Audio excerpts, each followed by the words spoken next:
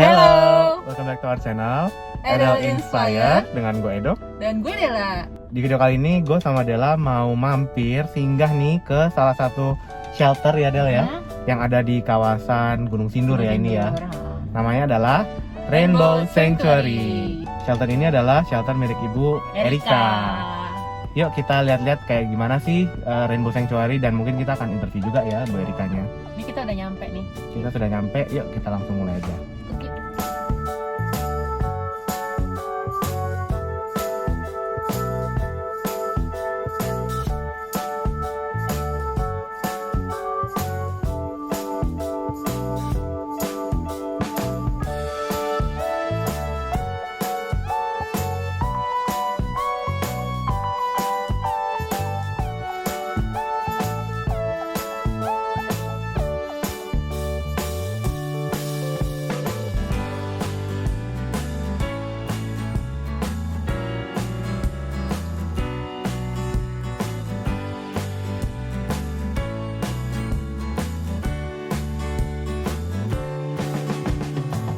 Dalam shelter Rainbow Sanctuary-nya Mam Erika dan Mam Erikanya sendiri.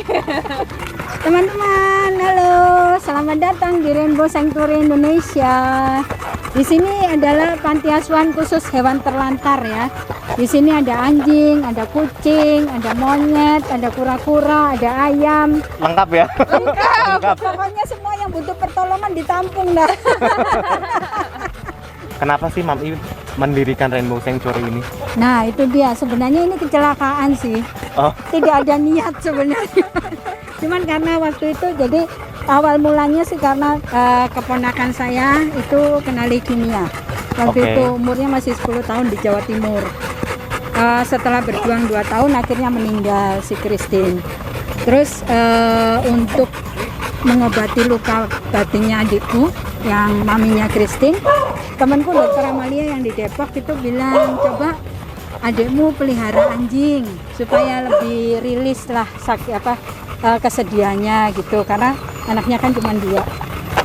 Terus ada seekor anjing di Depok, anjing terlantar gitu, lagi berteduh di rumah tetangganya dokter Amalia, tapi tetangganya karena nggak bisa pelihara dikasih ke dokter Amalia.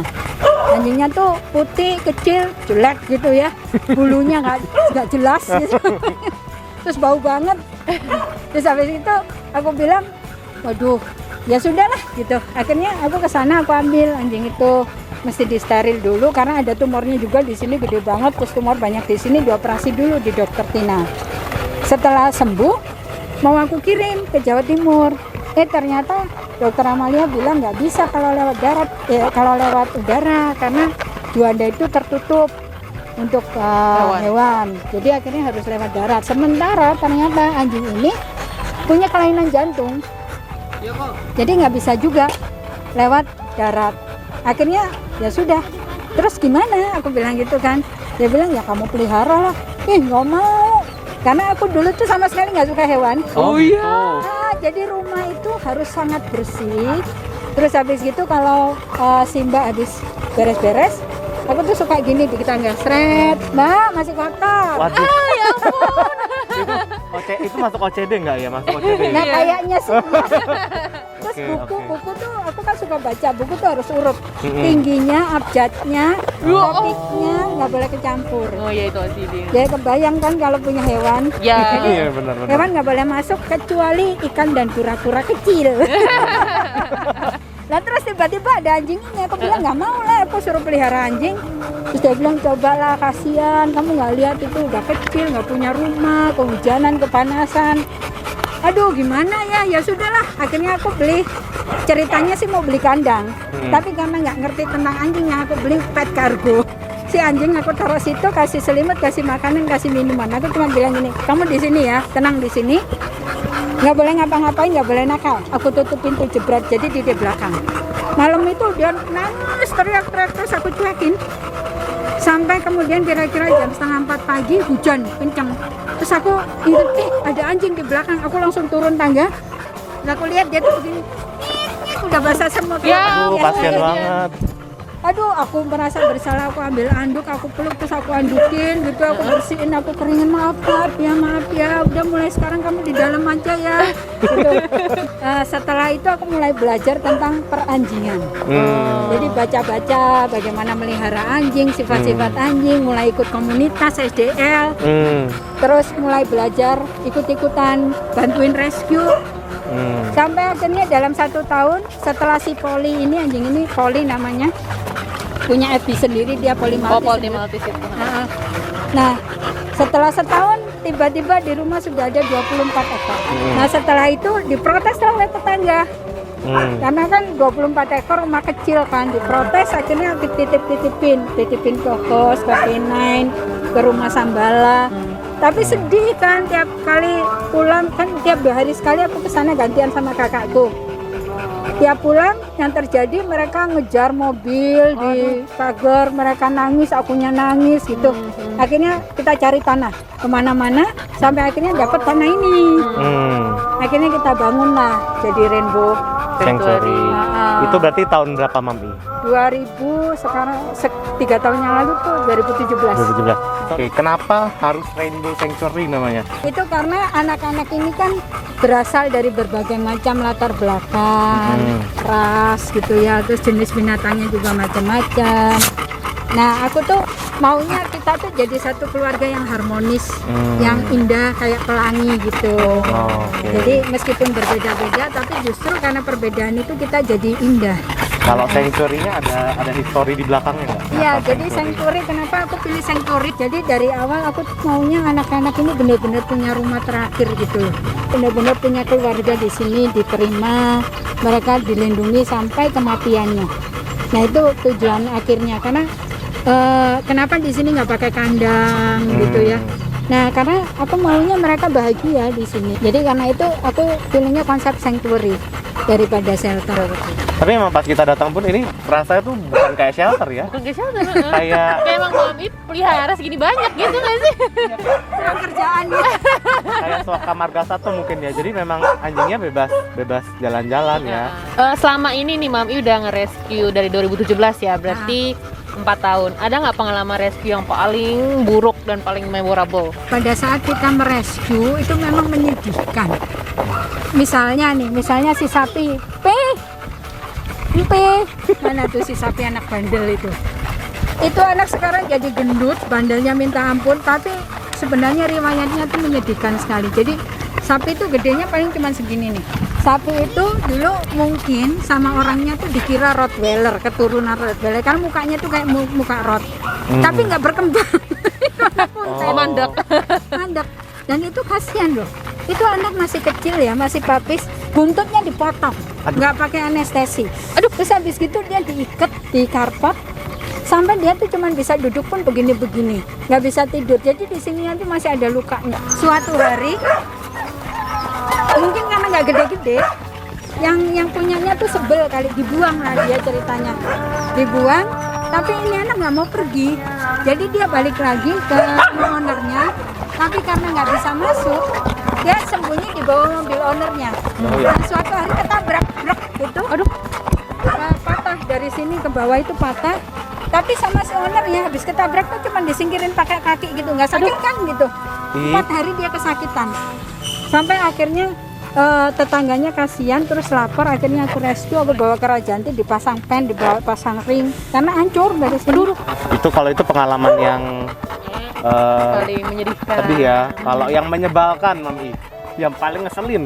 Aku tuh paling kesel tuh kalau ketemu sama Bu Isma sama Doksus tuh pasti dikasih anjing.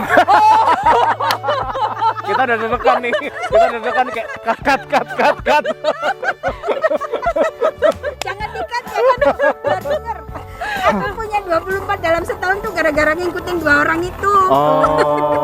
Kalau rescue yang tersulit ada nggak Mami? Ada si itu Tonti, mana tuh Tonti? Tuh bocah beton. Kenapa? Tonti sama Tonman. Nah ini berdua sama saudaranya. Tonman yang lebih kecil, yang cowok, ini Tonti di belakangnya.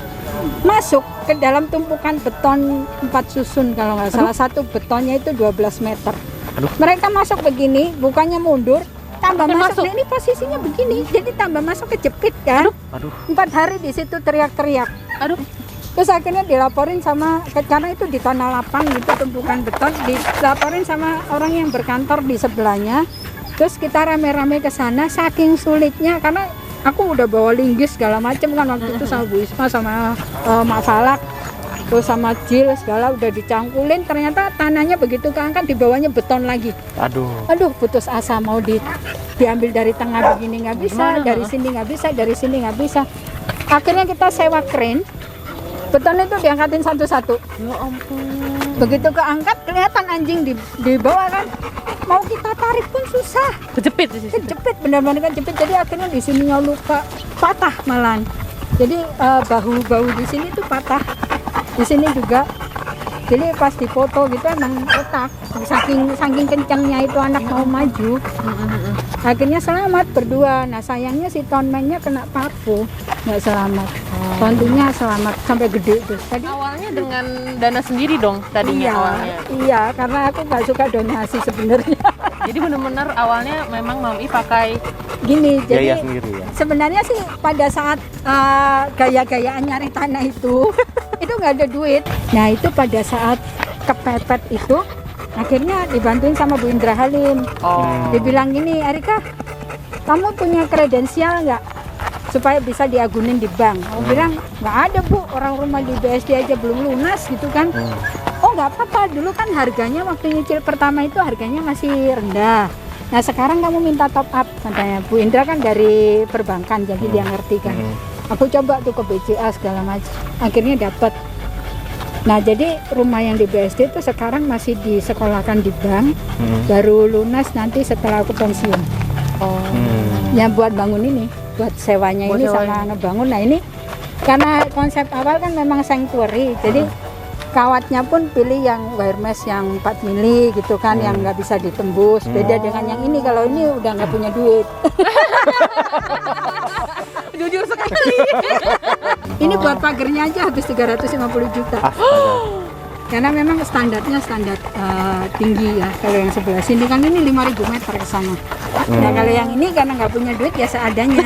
Gitu. Karena itu tadi si Embil itu pernah kabur, dia menjebol 4 lapis pagar. Ya ampun, 4 lapis. 4 lapis saya masih ditembus. Itu Embul sama Brownie, anaknya si Happy itu kan keturunan Kintamani. Itu kalau cuman pagar begini itu dilompatin bisa ya. Astaga, ini kalau udah tinggi ya. Total luas yang aku sewa sekarang 1 hektar. Wow. Beneran sanctuary sih. Udah hektar loh, udah bukan. Gue mau ngomong meter tadi. Hektar satuannya. Nggak main meter, Enggak. nggak main meter. Ternyata ada kera kecil ketabrak, terus pecah kepalanya. Aduh. Aku tuh lagi mau dirawat waktu itu, mau operasi di rumah.